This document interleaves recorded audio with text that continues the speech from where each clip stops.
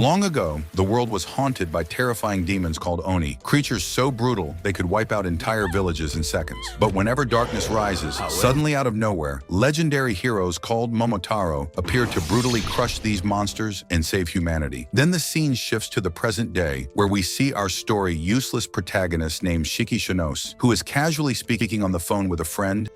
They expelled my ass! And from the way his room looks, we quickly notice he has a deep fascination with weapons because he keeps an entire collection of them displayed around him. And before long, his father, Tetsuyoshi, storms in, looking extremely angry, clearly upset about the expulsion. And we also learn that he owns a liquor store. But just as the tension hangs in the air, he receives a call about a delivery and leaves the house immediately. While Shiki remains alone in his room, only for mysterious particles to suddenly appear and drag him outside into the street, and without warning, a strange man materializes in front of him, asking his name. But before the moment can unfold further, Tetsuyoshi crashes into the man with his car, quickly shouting for Shiki to get in, and they speed away in panic. Shiki, trembling, asks his father if he borrowed money from dangerous people like the mafia, but Tetsuyoshi tells him they must move abroad right away, and then in a heavy tone reveals that Shiki carries Oni blood, while the man they just hit possesses Momotaro blood, and almost immediately those same magical particles begin wrapping around the vehicle, forcing Tetsuyoshi to stop at a factory as the car explodes. And in the chaos, they realize Shiki has vanished, and we see him bound by the particles with a mysterious man standing before him, who introduces himself as Samidari and declares that because Shiki has Oni blood, he must be exterminated, since Oni are viewed as a plague upon the world. At that instant, Samidar lunges at Tetsuyoshi with a sword, yet Tetsuyoshi summons one of his own and blocks the strike, shocking Shiki as he discovers his father once belonged to the Momotaro agency. And Samidare coldly says that even if Tetsuyoshi is a former member, hiding an Oni means he deserves the same fate as his son, which is death right here and now. And so a fierce battle erupts with both fighters evenly matched, exchanging powerful blows while Samidare questions why Tetsuyoshi would protect a destructive Oni. But the father refuses to answer, and in the clash, Tetsuyoshi charges forward only for Samidare to skillfully evade and slash his chest, causing Tetsuyoshi to fall bleeding while Samidare turns towards Shiki, whose rage burns uncontrollably. And just as Samidare moves closer, Tetsuyoshi grabs his leg, and when asked why he protects the boy, he replies simply that he loves his son and cannot allow someone to kill a child merely for the blood in his veins. Yet Samidare shows no sympathy and begins forming a sword from his particles. And seeing his father in danger, Shiki's fury explodes as his Oni blood awakens, chains shatter in an instant, and he transforms into a demonic form, attacking Samidare, who barely escapes. And now Samidare grows nervous because Shiki's true power has awakened, and they clash violently until Samidare severs one of Shiki's limbs, but to his shock, it regenerates instantly. And Samidare reflects that Oni are killed because of their frenzy state that makes them lose control, and then Shiki unleashes demonic magic, summoning countless weapons and firing at him, forcing Samidare to retreat until he lowers his guard and is struck hard, and Shiki pins him down to deliver a finishing blow. Yet Samidare narrowly escapes, and in that moment, Shiki reverts, confused and unable to remember what happened since Oni forget events in frenzy, and Samidare takes advantage and approaches to kill him. But just as he swings his blade, Tetsuyoshi steps between them and takes the stab to his chest. And noticing others approaching, Samidare withdraws, leaving Shiki beside his dying father, who urges him to fight for his dreams and grow strong so no Momotaro can defeat him. But as Shiki tries desperately to carry him for help, his father collapses, and Shiki realizes he has died, lowering his guard in grief. And suddenly a man on roller skates knocks him out with a single strike, later revealed to be Naito. Meanwhile, several figures dressed like mummies discuss that Shiki must be eliminated before his true demonic form awakens. And then we see a flashback of Shiki as a child with his father, only for Samidare to kill him. But it turns out to be a nightmare, and Shiki awakens bound with Naito beside him, who confesses that he too is an Oni, and brought to Shiki to evaluate him, explaining that just as there is a Momotaro agency, there exists an Oni agency opposing them, and Naito recruits Oni who have awakened like Shiki. Yet despite repeating that he is being evaluated, Shiki remains angry, prompting Naito to say stubborn people need force, and he begins choking Shiki with a rope until he loses consciousness, then wounds him so his blood spills and triggers frenzy again, and Shiki attacks wildly, but Naito is far more skilled, quickly knocking him out and returning him to normal. And Naito explains that unlike Shiki, he can control Oni blood without entering frenzy by using willpower, and seeing his strength, Shiki Shiki kneels, begging to become his subordinate because he wants power for revenge. But Naito refuses, calling him useless and too emotional to join. And when Naito cuts his finger to demonstrate blood control, Shiki charges, dragging his hand, attacking through a barrier and briefly shaping his blood into a powerful cannon on his arm. Though Naito blocks it and claims it was luck and that Shiki is losing control again, yet Shiki denies it and regains composure, surprising Naito by controlling his blood somewhat, though Shiki admits he knows nothing about Oni and merely copied what he saw, which Naito doubts, believing Shiki is the most incompetent Oni he has met, while Shiki imagines beating him but restrains himself to avoid frenzy, then promises to learn everything to become useful and avenge his father. But Naito again refuses, saying Oni cannot reveal themselves so easily, and suddenly summons his spear and pins Shiki to the ground before declaring he will take him as his student after all, because he sees great potential in him, leaving Shiki confused yet having passed the test. And Naito explains they are on a remote island known as the Gates of Hell, where the Oni school called Retsu Academy stands, a militarized institution specialized against Momotaro. And Shiki, filled with determination, agrees to attend if it means growing stronger for revenge. And hours later on the island, Naito waits outside Shiki's new dorm as Shiki notices his horns and feels uneasy. And before class, Naito tells him they are here because their Oni powers have awakened, then runs toward the classroom, telling Shiki to hurry or be expelled. And when they arrive, Shiki wonders whether to break the door, since he was once a rebellious student expelled from school. But Naito kicks it open and, bleeding slightly, asks a nearby boy for a handkerchief, introducing us to Jin, whom Shiki mocks, thinking he has not awakened since his horns are hidden. But Jin reveals them and states those who cannot hide theirs are the truly weak, prompting another boy named Ikari to ask if that includes him, showing the students are quite confrontational. And we are also introduced to a female student named Quina. For a moment, it almost feels like this new life at the academy might be something like normal, but the air is still sharp with tension, and we see how the class atmosphere instantly turns heated because Ikari seems eager to spark a fight, while a boy named Juji, unlike the others, insists they should keep order and even treats Shiki kindly. And then a shy girl named Maris apologizes softly because she doesn't have a handkerchief to offer, while another boy named Rakuro looks deeply depressed, like nothing in this world matters to him at all. The mood stays awkward because Shiki and Jin clearly don't get along, and just then Naito steps in and forces them to sit together so they can try to improve their relationship. And he says he was going to give them a tour of the school, yet he suddenly changes his plan, and the next thing we know, they are outside the academy, where Naito tells them that inside the island's forest they must hide for an hour without being found. And Shiki thinks it sounds like a dumb kid's game, but Naito warns that if they don't return to the academy, they will be expelled. And Jin asks what happens if they go into frenzy and kill Naito, since he said they can't use their powers. And Naito answers coolly that if they manage to kill him, they graduate instantly, and then he explains the goal. After surviving 1 hour, they must reach the finish point with special balls, and he throws the balls into the forest. But because he only throws 2, he says he will split them into 3 teams, pairing Maris with Shiki and Jin, making the second team Ikari and Juji, and the third team Quina and Rakuro. But Shiki interrupts and refuses to be Jin's partner, and Maris quickly apologizes again, saying she hopes she won't be a burden. And Shiki, who clearly has almost no experience talking confidently with girls, suddenly tries to act brave and promises he'll protect her with his whole life. Yet Maris speaks to Jin, and when Jin ignores her, she starts crying, and Shiki, trying to comfort her, tells her not to cry because it would ruin her cute little face. And then he argues with Jin because Jin insists Shiki will get expelled anyway, until Naito cuts them off and orders them to move immediately, and the trio enters the forest where Shiki, without thinking, starts provoking Jin again, and Jin removes his mask to show scars. But Shiki refuses to be intimidated, so Jin suddenly slices his own arm and summons multiple spinning saw blades made from his Oni blood, making Shiki nervous because Jin looks like he's doing it effortlessly. And Shiki admits he came to this academy to avenge his father, and Jin's attitude shifts completely as he says that after he finishes Shiki, Shiki should go defeat the teacher too, and then the fight begins. Meanwhile, in a parallel scene, Maris feels useless and terrified about being there, and when she wanders off to search for Shiki, one of the balls is actually right behind her without her noticing. And back with Shiki, we see him desperately trying to attack Jin, but he can't figure out how to use his blood power, because even though he managed it once before, now it won't respond, and he gets distracted and takes a hit, and Jin judges him as weak because he's fighting without using blood at all. And Shiki feels frustrated and lost, not understanding what's wrong with him. And when Jin sees Shiki sit again, he throws a saw blade at him, but at that exact moment Maris appears and triggers an explosion nearby, and Shiki barely manages to pull her out of danger. And Maris notices Shiki's arm wound and scolds Jin because he almost almost got her killed. But then Maris suddenly breaks down, crying harder as her Oni blood begins pouring out. And in an instant, her blood forms a massive monster-like shape, and she begs them to run because the creature will kill them. Elsewhere, we see Naito sitting in a tree when a mysterious person arrives, and Naito addresses him as the Academy's leader, the director himself, who says many Oni in the world die simply for carrying Oni blood because they are captured and used as experiments.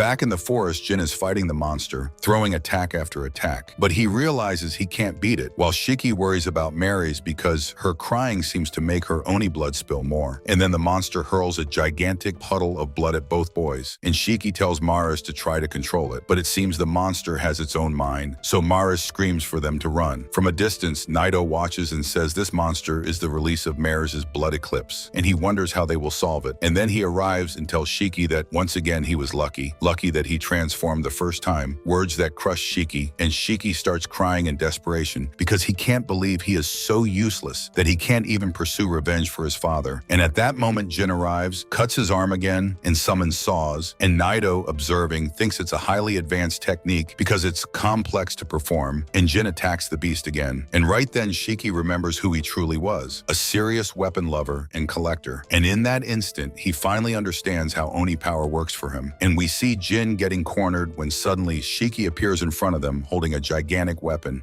dodges the beast's strike, and with one shot destroys it, leaving Jin and Naito stunned. And after the attack, Maris collapses, and Shiki rushes toward her, but he also collapses, and Naito tells him that the exhaustion is from firing such a high concentration of blood, and Shiki, on the verge of dying from blood loss, still worries more about Maris than himself. Yet suddenly Jin attacks Naito from behind, and Naito blocks immediately. And Jin, confident, asks if beating Naito will let him join any Oni unit, and Naito says yes. So Jin pulls out his saws, and Naito adds that he won't use blood to fight, and Jin charges. But Naito blocks and creates a misfield to confuse him. Jin gets struck on the arm and hides, realizing Naito's umbrella is actually a weapon, and Jin attacks again. But Naito makes a second smoke curtain, and Jin thinks Naito will attack from a distance again. Yet he is suddenly smashed by a direct blow that drops him to the ground, and Naito uses the umbrella to restrain him, then says he already knows Jin wants to defeat him because Jin wants to meet his father, since Naito has been investigating him. And then Naito reveals that Jin's father is a Momotaro, a truth that shocks Jin, and we learn that this father killed Jin's family, which fills Jin with renewed strength and makes him desperate to join an Oni unit so he can someday kill his own father. But as he tries to rise, Naito steps in and slams him back down, telling him he shouldn't die for his goal but live long enough to reach it. And soon after, Naito calls an ambulance to treat Maris, and Jin is captured, leaving only Shiki, who asks what happens next, and Naito tells him he has two options because he found one of the two balls on the way. Shiki must either steal it from him or find the other ball, and Shiki runs while Naito follows. Suddenly, Shiki bursts out of the bushes and asks Jin to cooperate so they can win because there's little time left to locate the other ball. And after Shiki begs, Jin finally agrees, and they set a trap by using Shiki as bait. And when Naito appears in front of Shiki, Jin drops from a tree using a rope and they catch Naito, and Shiki snatches the ball from Naito's hand, and Naito thinks there are less than 3 minutes left. So he assumes Jin will take the ball and run and later steal it from Shiki once they start fighting. But Shiki, unexpectedly happy and trusting, tells Jin to run as fast as he can. Yet Shiki freezes when Naito decides that if Shiki crosses the line ahead of the others, Shiki will be eliminated. And as Jin sprints, he realizes Shiki has done a lot for him, making Jin feel indebted, and he starts running back. Then without warning, a creature named Muku arrives with a communicator, and they hear a voice calling for reinforcements because Momotaro are attacking in Kyoto. And immediately everyone gathers the students and tells them they must go to Kyoto to help. And because Mares is weak, they must protect her. And after a long while, they head to a boat, and we see Shiki has finally learned to hide his horns, but Ikari mocks him for being the last to do it, which sparks a fight between them until Naito interrupts and explains that even though they're going to Kyoto, the students will not be fighting because they'll only handle small tasks, which angers Ikari because he wants real combat experience. And Naito apologizes, saying he truly doesn't want to put them in danger, and they even wear school uniforms to blend into the city. And Naito explains that the Oni are divided into attack units that fight Momotaro and support units that assist, and this group will be support. And then a student asks about the Momotaro in Kyoto, and Naito says they are extremely dangerous. And after several hours, they finally arrive in Kyoto, go to a restaurant, and an elderly woman welcomes them, and we learn this place is the Kyoto Oni base. And in a parallel scene, we meet one of the Momotaro named Tetsubakiri, and we also see him together with his partner named Yomogi, cutting down several Oni with chilling efficiency, and Tetsubakiri casually says says he wants to capture a female Oni because the Momotaro use Oni girls as experiments, and beside them crawls a strange creature named Ugly, basically their pet, which feeds on Oni corpses like it's nothing. And as they keep talking, Tetsubakiri admits he's deeply fascinated by Oni blood for research, because if they could control it, they could regenerate human parts and do far more. And while they speak, a small boy is hiding nearby, trembling in silence. And just when the boy thinks they are leaving, Tetsubakiri suddenly approaches him, beats him mercilessly, and with his particle-like power moves bodies, fuses them together with the child, and then orders Ugly to devour them. Back with Shiki's group, they finally reach the Kyoto Oni support base and are immediately welcomed by Kyoya, the general commander of the city's support division, and Kyoya and Naito seem like good friends. But without wasting time, Naito suddenly says he has to leave immediately to head to the front lines to fight, and the students look unhappy because they wanted to fight too, and after Naito leaves, the group is taken to where the wounded are being treated, and Shiki is horrified by how badly injured so many people are. Yet Kyoya calmly says he will use his experience to treat everyone quickly. Meanwhile, Yomogi and Tetsubakiri keep defeating Oni, and when another Oni group arrives, they freeze in fear at the sight of the Momotaro. But then Naito appears and strikes at Tetsubakiri, who barely shields himself by using corpses as cover. And Tetsubakiri says he knows there must be a hidden base somewhere among Kyoto's tourist spots, and warns that if he finds it, he will destroy it completely, making Naito realize the man's instincts are frighteningly accurate. Back at the support base, the students are told to help with blood supplies used for treatment, and Kyoya asks a severely injured man what he wants regenerated first, because the man has lost both arms and legs. And when the man says he wants his hands, Kyoya cuts himself and makes the man drink his blood, explaining that even though Kyoya isn't a great fighter, his blood boosts Oni regeneration, and the students help hold the man steady and bring more blood as needed. And within seconds, the man regenerates an arm, and even the chest wounds begin to close. And he starts crying with joy because, with new hands, he can finally hug his child again. But Kyoya warns he can't give more to regrow the feet because the body might develop antibodies. And then he gives the students a serious talk about why support is just as important as combat, because they were thinking only about charging into the front without caring what it costs. And the speech changes their mindset, making them feel proud of the role they can play. And Shiki, energized, promises he will do everything possible to help and follow orders. But Kyoya says he has an important mission for Shiki. Then they move to another place where a quiet little girl named Mei is staying, and Kyoya explains the mission is to watch over her because she was brought in yesterday and they still haven't found her parents. And because Shiki is kind, they assigned him this task. And Shiki approaches Mei, but she barely speaks until he mentions a temple and she reacts. And in the same moment, many bodies rescued by the support team are brought in, and Mei spots her parents among the dead, and she starts crying as Kyoya admits he still can't get used to seeing other people suffering. Far away, Naito stays alert, watching for Tetsubakiri, and Tetsubakiri says he left a gift all over the city, explaining he planted bodies of Oni support members across Kyoto and used his particles to track them. And those bodies, he says, are the same ones being carried into the base right now. Words that leave Naito stunned. Back with Shiki, he is in the room with Mei and her parents' bodies, and while they talk, Tetsubakiri begins controlling the father's corpse from afar, making Mei light up for a second as if her dad is alive. But then Shiki and Kyoya notice what's happening and stop the corpse because it is strangling Mei, and without hesitation, they destroy it. And Kyoya explains this is Tetsubakiri's work, and the only way to stop these controlled bodies is to destroy the brain, which enrages Shiki, and in that same instant, Kyoya realizes the other bodies are also being controlled, and suddenly Shiki and Kyoya are attacked by corpses everywhere, while the other students and even the wounded are attacked too, turning the whole base into a nightmare as the bodies move like a zombie horde that attacks anything that breathes. And Shiki pulls out weapons that Naito had given him for emergencies, and these weapons use Shiki's own Oni blood as ammunition, meaning the impact is far stronger. And back in the chaos, Shiki has no choice but to shoot Mei's mother's corpse and other zombies attacking Kyoya. And Kyoya tells Shiki he will move the wounded to a safer place and Shiki must cover him. And the group fights desperately, and Shiki rushes in to explain they must aim for the head, and they begin taking down many of them. Yet as they evacuate the injured, Shiki feels sick inside because they are killing people a second time, and he thinks about how each of these bodies probably belonged to someone with a family, and that grief turns into anger as he believes a Momotaro must be responsible. Then the scene cuts to Naito facing Tetsubakiri directly, and Naito lunges, but Tetsubakiri defends by throwing corpses into the fight. And Naito barely dodges an attack from Ugly, and Naito's allies ask what to do, and he orders them to return to the base. But then Yomogi appears and traps everyone, including Naito, inside a cube made of her particle power, explaining they can only leave if she allows it, and Tetsubakiri says he has located everyone at the temple, and then Ugly enters the cube, and just before the Momotaro leave, they activate an ability in the monster that causes a massive explosion, badly injuring Naito. Back at the base, Shiki's group manages to destroy all the zombie-like bodies, and then they see Mei staring at her parents' corpses, and Kyoya approaches her and tries to comfort her. But Mei, with a strangely calm sadness, says she has always been hiding from everyone, and loneliness has always followed her, and she admits she had already prepared herself for this day, telling Shiki with a small smile not to worry about her. And Shiki feels crushed because he was the one who destroyed her parents the second time. And in that heavy moment, Shiki remembers how as a child he used to dream of becoming a hero who brings justice and defeats evil. But now he thinks the Momotaro were supposed to be the ones delivering justice, and instead they have brought slaughter and suffering to countless people. And Shiki hugs Mei tightly, thinking that if these heroes are actually the real villains, then he will become the bad one who ends their evil. Later, Kyoya and Jin walk toward the base entrance, saying they will hold a memorial for the fallen. And as the students arrange the bodies of their allies, Juji thinks that if the Oni base was attacked like this, they aren't truly safe because they could be attacked again at any time. And we learn Juji's blood eclipse ability is perfect for security because with a small cut on his finger, he can detect every person within a 5-kilometer radius and even sense whether someone is Momotaro or Oni. But suddenly he feels a strange presence that doesn't fit. And in a parallel scene, Tetsubakiri arrives at the restaurant and is on a call saying to send. So friends, if you enjoy this anime, want next part, so don't forget to like and subscribe the channel for new videos.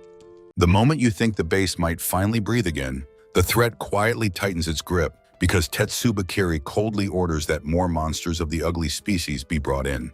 And they've already taken down the old woman who welcomed the students, and through that cruelty, they've discovered the hidden entrance to the Oni base. Yomogi warns him that they have no idea how many Oni could be inside, so she suggests using poisonous gas to wipe them all out at once. But Tetsubakiri rejects the idea and says it's better to go in directly because he received a message naming a very powerful Oni, and he adds that he always asks each target's name before killing them since he wants to capture one alive.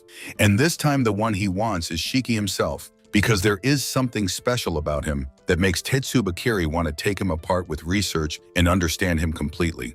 And after saying this, the two of them begin descending the steps into the base. The scene shifts to Mei, and we see her holding many warm memories of her parents like fragile treasures. But back in the present, she is forced to face the truth that she will never have them again, because they are unmistakably dead now. And while that grief hangs in the air, Kyoya and Jin are talking, and Jin notices a crematorium room. And Kyoya tells him that as long as he is alive, he will protect him and make sure he survives. Yet at that exact moment, Kyoya is suddenly stabbed by Tetsubakiri, and Jin instantly summons his saws and rushes at the attacker with pure fury, only to be stopped by Yomogi, who forms a cube around him with her particles and even breaks his hand in the process. And even though Kyoya starts healing Jin right away, the pain still tears through him, and both of them realize they are in serious trouble. So Kyoya tells Jin to run and warn the others that Tetsubakiri has arrived, and Jin bolts, while Yomogi begins preparing another move. And we realize she has already created a field around the entire base, trapping everyone inside because she intends to erase every Oni there without letting them escape. And Kyoya understands he is completely cornered and that the only defenders left are the students, because it is impossible for Naito to arrive in time to protect them. And Kyoya is also stunned that Tetsubakiri is asking specifically about Shiki. In that tight moment, Kyoya pulls out a syringe from his lab coat filled with a liquid that can cause breathing problems and other effects, because it's the only weapon he has available. But Tetsubakiri answers with a single swift motion that slashes Kyoya's neck, leaving him severely injured. And Kyoya collapses, going still on the ground as if consciousness slips away. And Tetsubakiri considers using Jin's body next, but he senses someone has arrived. And Yomogi immediately lets multiple ugly beasts pass through, hauling in a coffin-like body container, and at the same time Jin reaches the others and warns them that the Momotaro are inside. But Shiki says they already knew because of Ikari's ability. And he adds that when they tried escaping with the wounded, the door locked, clearly because of Yomogi's sealing power, and while everyone scrambles to think of a way out, Ugly arrives and devours one of the injured right in front of them, making the entire group panic, because this isn't just battle anymore. This is slaughter. Then Tetsubakiri's group approaches the exact area where Shiki is, and Tetsubakiri tells Yomogi he will wait there, ordering her to eliminate everyone except Shiki, because he wants Shiki brought back alive for his investigation. And after that command, Yomogi leaves with the uglies, and the story cuts to Quina and Rakuro, where Rakuro looks like the definition of a coward, his mind trapped in fear, while Quina casually changes clothes to fight more comfortably, and Rakuro can't stop complaining that they're all going to die. And as his whining continues, Quina suddenly hears a noise outside, and Rakuro panics, admitting his anxiety won't let him do anything, begging her to help him, and Quina blushes slightly at how honestly he clings to her, then tells him to hide in the closet while she handles the monster. And in the next instant, a creature bursts through the wall and asks if she is Shiki, and when she denies it, it attacks. But Quina moves fast, slipping around the strikes, and at that moment she activates her blood eclipse, summoning two powerful fighting gauntlets that lock onto her arms like a promise of violence. While elsewhere, Jin races to check on Kyoya. Back with Shiki, he searches desperately for a safe hiding place with Mei, and after reaching a spot, he hides behind bushes, trying to keep her out of sight. And in a parallel moment, Rakuro feels a strange silence in the room and convinces himself it must have all been a nightmare. But when he steps out, he comes face to face with an ugly body, and he panics as the monster begins to rise, stumbling toward Quina. Yet without long explanation, the ugly suddenly behaves obediently toward Quina, and she uses that opening, knocks it down, and pounds it into the ground with a relentless storm of blows until she finally kills it. And then we learn why.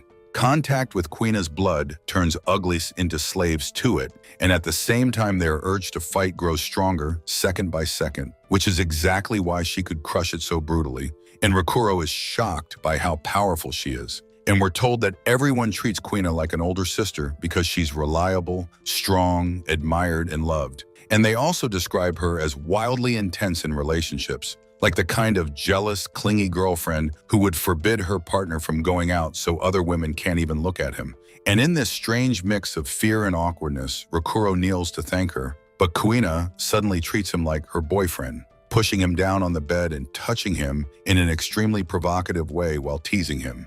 And as they talk, another ugly kills one of the maids outside, and Rakuro's mind spirals, thinking it's all Quina's trap and she'll use him as bait later. So he trembles, imagining all the terrifying things she might do to him.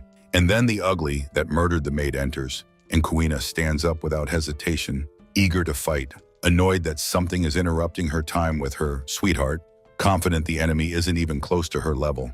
The monster attacks differently this time, revealing an elongated arm that lashes out like a whip, boosting its speed to a frightening level. And when Quina tries to tie it up, it dodges and counters, stretching its arms to bind her wrists and then slamming her against the wall. And Quina takes repeated blows to the face, and Rakuro, frozen in terror, doesn't know what to do, because if the beating continues, she will die. And as the monster keeps pounding her, Rakuro shakes, hating himself for being such a coward. And the story drags him into a memory from many years ago. He was once courting a girl named Lulu, and he always tried to look brave in front of her even when his whole body trembled. And he lived in a small, rural village where Oni and humans usually coexisted peacefully. And Lulu was an Oni too, but one day during a festival, she became seriously ill. And because Oni couldn't go to normal doctors, there was only one Oni doctor in the village. And then Momotaro agents attacked the village and killed that only Oni doctor. And as a result, Lulu never got treatment and eventually died in Rakuro's arms. And from that moment on, anxiety and depression hollowed him out, trapping him in fear. Back in the present, just as the monster is about to finish Quina, Rakuro remembers Lulu's final words, and something inside him snaps into courage and he steps out to defend Quina. And Quina invokes her blood eclipse again, and an image of Lulu appears, like a memory made real, joining with Rakuro to strengthen him and erase his fear. And Rakuro lunges at the beast using a technique called the Herero dance, creating a storm of sharp blades that slice into the target, and the monster attacks again. But Rakuro dodges while counterattacking, and after several seconds he cuts the beast into tiny pieces, and he believes the courage he found came from Lulu, the love he lost but never stopped carrying. The scene shifts back to Shiki, who tells Mei that the monsters have left, but Mei begins crying again because she knows she will never see her parents. And through her tears, she admits she doesn't even care if she dies anymore. And Shiki speaks to her gently, telling her she has to live on with a smile, because if she gives up, it would mean her parents died for nothing. And he promises he will fight for her and also avenge their parents because they share the same wound. The Momotaro killed them, and then Shiki tells her to hide because he is going to fight alongside his friends, And even when Mei trembles and says she's scared something might happen to him, Shiki answers that his resolve won't let him lose. Elsewhere, Naito wakes up after being unconscious from the ugly explosion, and the people around him thank him because he protected them by taking the impact. And Naito tells them they must head to the temple to help their allies. And back with Shiki, he confronts Tetsubakiri and remembers this is the one who used the dead. So Shiki says he knows he's a Momotaro, and he will kill him on sight.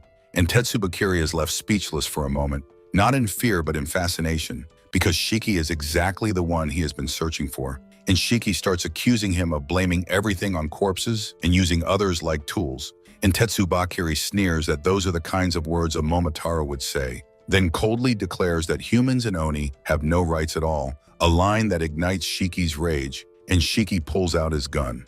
At the same time, Jin tries to rush toward Kyoya, but Yomogi stops him and asks if he intends to go see that corpse, and Jin prepares to fight, while Yomogi also readies herself, sensing a murderous aura from him, and Jin summons his blood eclipse twice and attacks. But Yomogi shields herself with a cube and tells him nothing can break her defense, and simultaneously Tetsubakiri throws a blade-like weapon that attempts to steal Shiki's soul, and Shiki mocks him, questioning whether he truly thinks such a weak weapon can harm him. And Shiki's fury rises as he activates his blood eclipse and summons a powerful weapon that fascinates Tetsubakiri. And after a flood of memories, Shiki fires a devastating shot that creates a massive explosion.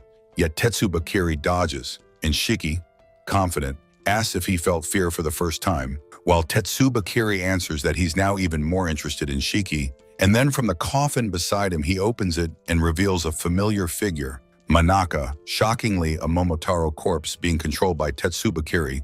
And Tetsubakiri says Manaka wished to become his doll, and suddenly Manaka attacks with wave-like impacts that crash into Shiki, and Shiki feels intense gravity pressing down across the area because Manaka clearly possesses a gravity-type skill. And Tetsubakiri explains that when he controls a corpse, he can control that corpse's powers the same way, and Manaka keeps repeating that all Oni must be exterminated until Tetsubakiri says he will take full control over it completely, and the scene. At the same time, in another part of the battlefield, Naito's group reaches the entrance of the base only to discover that it has been completely sealed by Yomogi's abilities. And Naito immediately realizes they must act quickly because directly above them, there is a temple filled with tourists, and since they do not have the authority to expose the battle to the public, they need a new plan immediately. Just then, Juji arrives and reports that many Oni managed to escape, although several members of the support unit, including Shiki, are still trapped inside. And suddenly, Jerome appears in front of them, slightly embarrassed as she apologizes for coming to Kyoto without asking permission. And Juji instantly turns shameless and blurts out that he would gladly lose his virginity with her, which irritates Naito so much that he orders him to stop talking nonsense. Yet even he admits the girl arrived at the perfect moment to help them. Soon Naito and Jerome move outside while he calls Juji and tells him to trigger a small earthquake that will force the tourists to evacuate the area by causing a landslide from the mountain, explaining that he and Jerome will stay on the mountain while the others mix among the tourists and spread panic once the collapse begins, making the people flee immediately. And when Juji asks how they plan to bring down part of a mountain, Naito bluntly tells Jerome to summon her monster again, but she trembles and says she cannot because it could cause massive destruction and she cannot control her blood eclipse once it appears. So Naito instantly declares her expelled, saying he has no use for someone who cannot act in an emergency. However, just before he leaves, the girl confesses that she is terrified something terrible will happen, and Naito calmly answers that fear itself is normal, but refusing to change oneself is not, reminding her that everyone carries heavy pain and burdens, yet they all came to Retsu Academy to grow beyond them. And after a few silent seconds, she gathers courage and declares she wants to control herself, activating her blood eclipse at once as the monstrous entity appears and attacks Naito, triggering a violent tremor across the mountain while Naito's allies rush to evacuate the civilians below. And once the area is confirmed empty, Naito knocks the girl unconscious so the monster disappears, thanking her afterward for doing well and quietly acknowledging the deep darkness inside her. Elsewhere, Jin continues battling Yomogi as she conjures multiple cubes that trap him and begins shrinking, crushing him with unbearable pressure. But just when the cube tightens completely, Jin shatters it with a technique of his own, calmly explaining that he spent years living inside narrow ventilation shafts of abandoned buildings so cramped, spaces do not frighten him at all, And at that moment, an ugly head drops nearby just as Akari arrives, boasting that these monsters are nothing to him, though he instantly turns perverted after noticing Yomogi's large chest and scolds her for exposing so much skin, which enrages her enough to activate her blood eclipse and attempt to defend herself using particle abilities. Yet Ikari moves so fast he lands a punch straight to her face. We then learn that Ikari's blood eclipse is called hysteria, meaning the stronger his anger becomes, the more unpredictable things he can summon. And right now he accidentally summons a pair of boots that drastically boost his speed, even though he himself barely understands how his power works, leaving Yomogi nervous because speed is not her strength. Meanwhile, Naito activates his own blood eclipse and summons a legion of spectral archers who fire simultaneously and destroy the barrier sealing the area, causing the entire ground to tremble as he orders everyone to prioritize rescuing and evacuating their allies.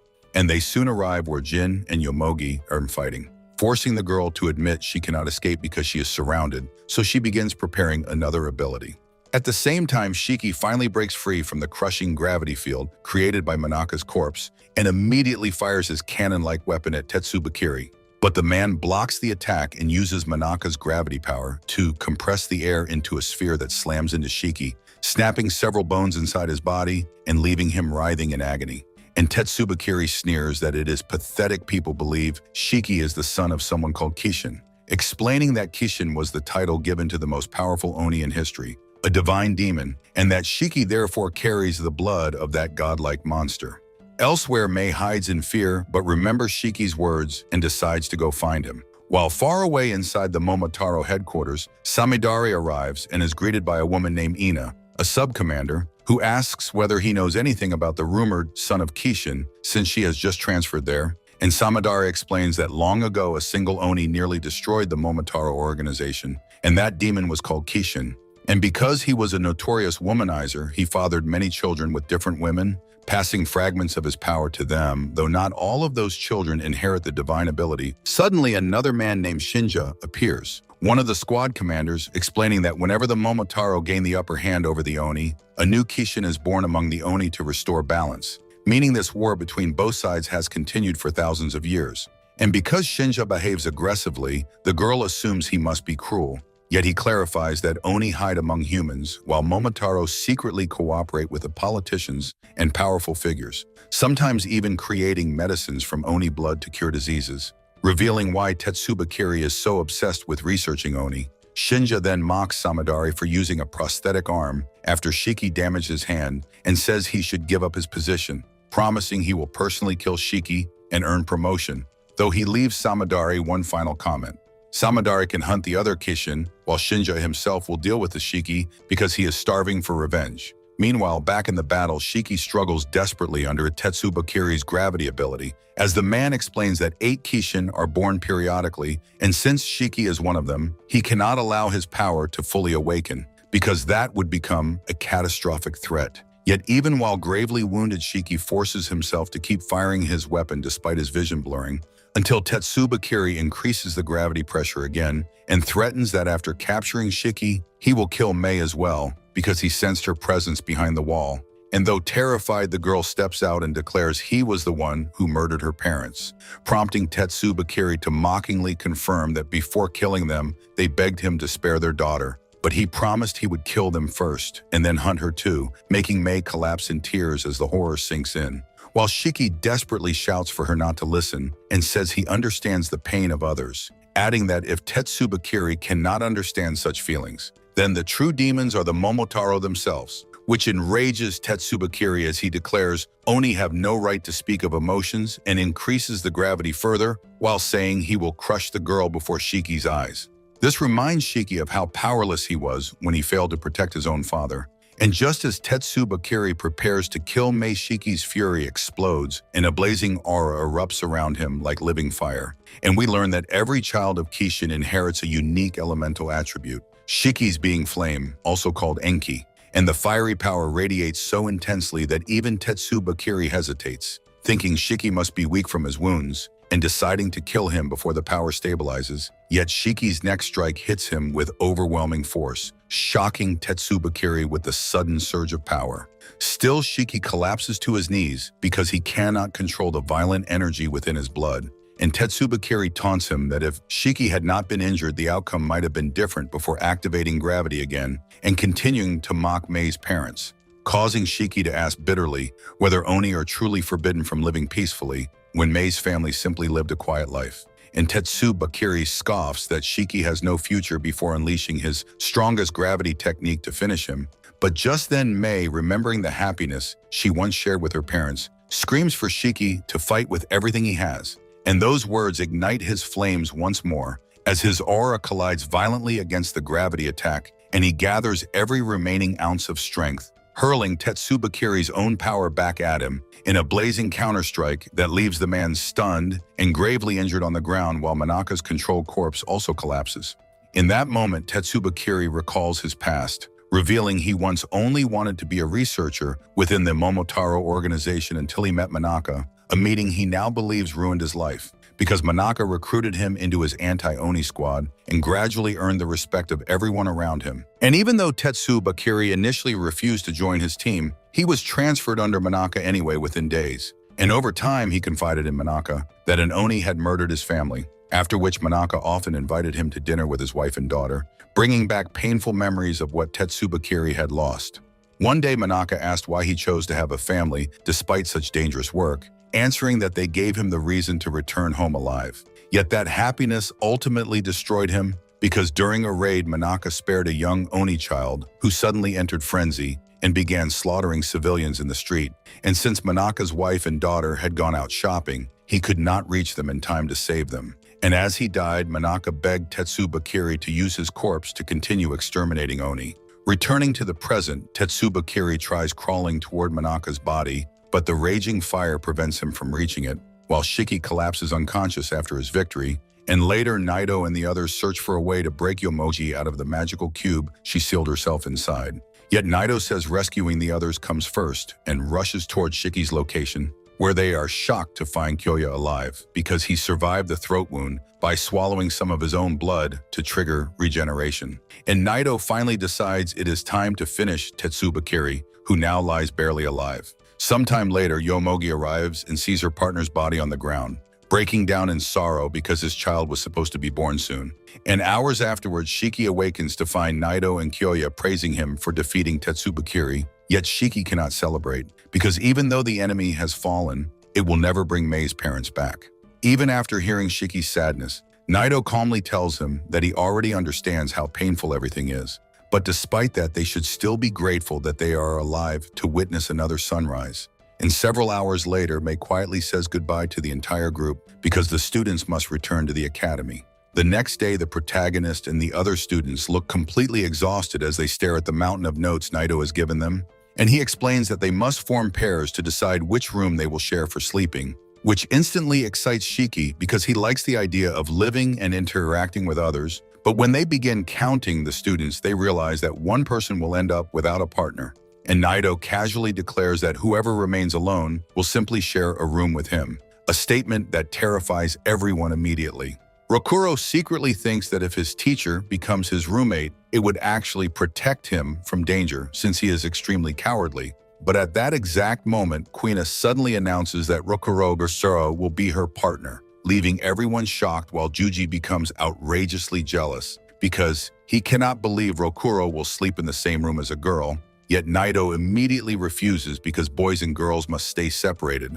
But Quina begins shamelessly insisting that her darling needs a lot of care, and she starts describing several very suggestive ways she plans to take care of him, which makes both Shiki and Juji feel jealous as well.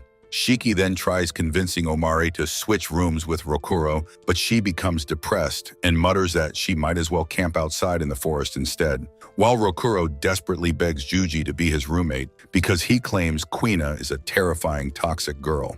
After a long moment of confusion with no one able to decide partners, Shiki proposes they settle it with a quick game of rock, paper, scissors called Chinchampu.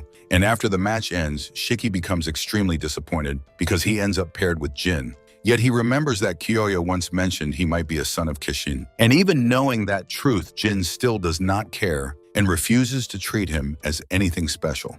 As Shiki quietly reflects on Mei and remembers how she wished for a better future, he becomes determined to fight for a brighter future for everyone in his country as well.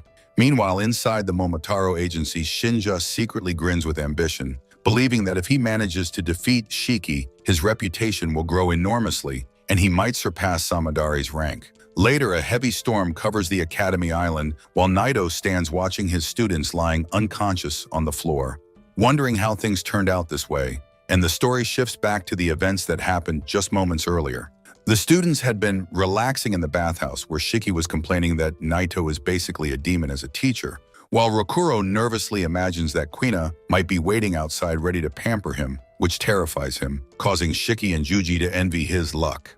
Suddenly, they hear Quina's voice outside and panic because they think she might see them naked. But at that moment, Naito appears and orders everyone to meet him in the gym because they will conduct an evacuation drill.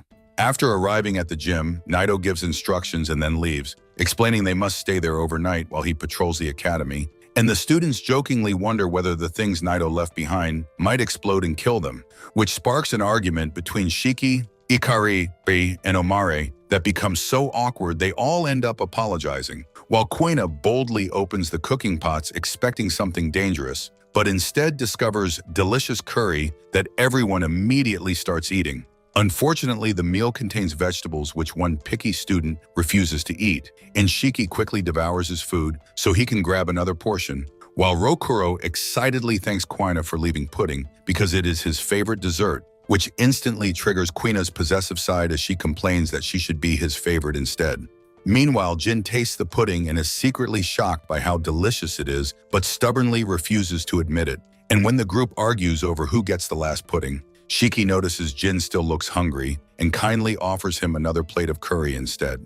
Elsewhere, Naito continues inspecting the academy when the director calls him, explaining he is also searching the island for enemies and suggesting Naito should bond more with his students during the storm. Yet Naito replies that each of those students arrive carrying heavy emotional burdens, and it will be difficult for them to behave like carefree friends.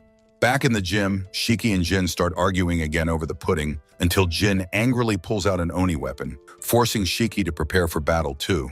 But before the fight begins, Naito returns and scolds them for nearly starting a deadly duel over something as trivial as dessert, then sighs after seeing the empty food containers because they even ate his share. Though timid Omari apologizes on behalf of everyone, Naito shrugs and says it is fine because he never warned them anyway, but he orders them to stay there until morning and strictly forbids fighting, threatening to expel anyone who leaves the room. After talking for a while, the students roll out sleeping bags and continue chatting, while Quina once again teases Rakuro in a provocative way that inspires Yuji to declare he has learned something from this situation. When boys and girls sleep in the same place, something exciting must eventually happen, revealing his perverted imagination, which leads to another argument until conservative Ikari separates the sleeping areas so the girls stay far from the boys. Later, after the lights go out, someone suggests telling ghost stories, which terrifies Shiki even though he pretends the idea is boring.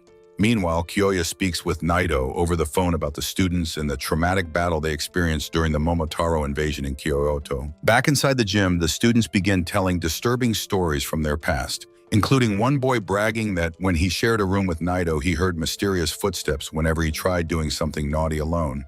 And then Ikari announces he has a real horror story where people died, which makes Shiki extremely nervous because ghost stories are his greatest fear.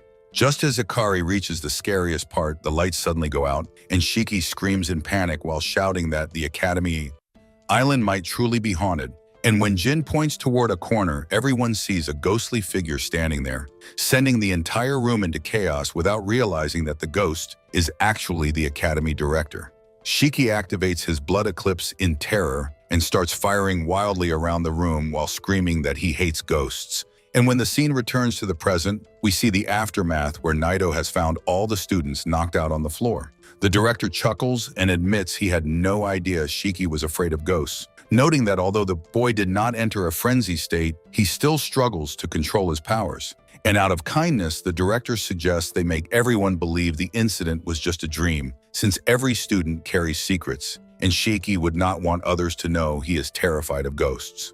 Several days later, the group disguises themselves with fake identities and enters the city because after the Kyoto incident, they must blend in among normal people, and Naito reminds Shiki that he still needs to go have blood tests done.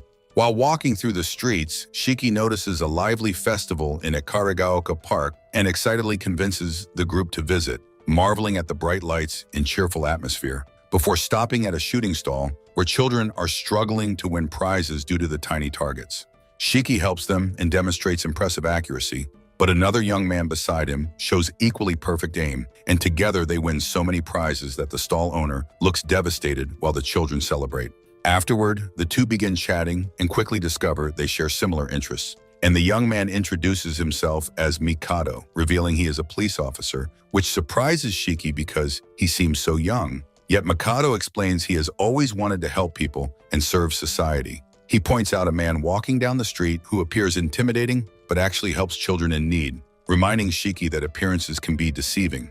After a long, friendly conversation, the two exchange phone numbers, just as Mikado receives a message from Shinja, revealing he is secretly connected to the Momotaro, though neither realizes the other's true identity. Later, the students arrive at their hotel while Naito registers them and mentions he might need to go search for Shiki. Meanwhile, Mikado meets Shinja, who reveals that the police disguise was only a cover to locate Shiki, though Mikado unknowingly already met him and even thinks the boy might become a good friend. The following day, the group visits a bookstore where they meet Kaoru, a member of the Oni reconnaissance unit, and Shiki becomes excited upon hearing this because he dreams of joining the combat unit, though Naito scolds him for shouting so loudly. Kaoru explains that reconnaissance Oni act as spies gathering information, while warning that he cannot reveal certain secrets because Momotaro interrogators could torture captured agents for intelligence. And although Shiki insists he would never betray information, Kaoru reminds him that some Momotaro possess abilities that can read minds. Later, the group walks through the city pretending to be ordinary high school students until Shiki trips, and Naito scolds him because the city is monitored by cameras controlled by the Momotaro. They eventually visit the medical and combat divisions for training before returning, exhausted after a long day. And Naito reminds Shiki again to complete his blood test. Soon, Shiki meets a woman named Maria who is responsible for drawing his blood, while joking that she could take more than just blood from him, leaving the poor boy completely flustered and fleeing the room in panic while she laughs that he should enjoy life more during his youth. Afterward, Shiki meets Mikado again for a friendly outing, and they watch a movie together. Yet the next day, while the group crosses a street, Jin suddenly sees two small girls about to be hit by a truck whose driver has fallen asleep, so he instinctively uses his Oni powers to stop the vehicle and save them.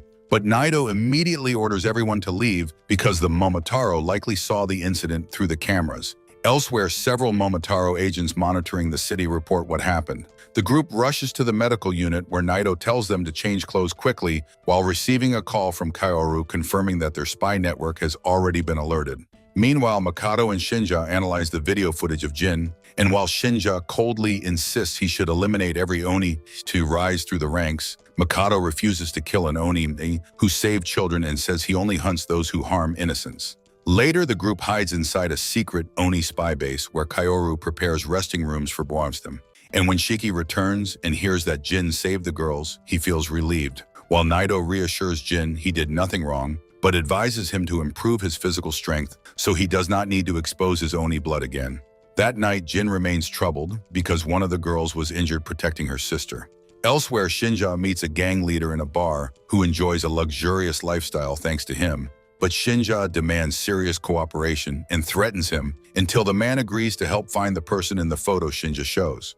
After celebrating with drinks, the gang unknowingly consumes Shinja's bacteria, which allow him to see through their eyes for 24 hours. And soon he notices Jin near the target location and orders them to watch him since he will likely visit the hospital to see the injured girl.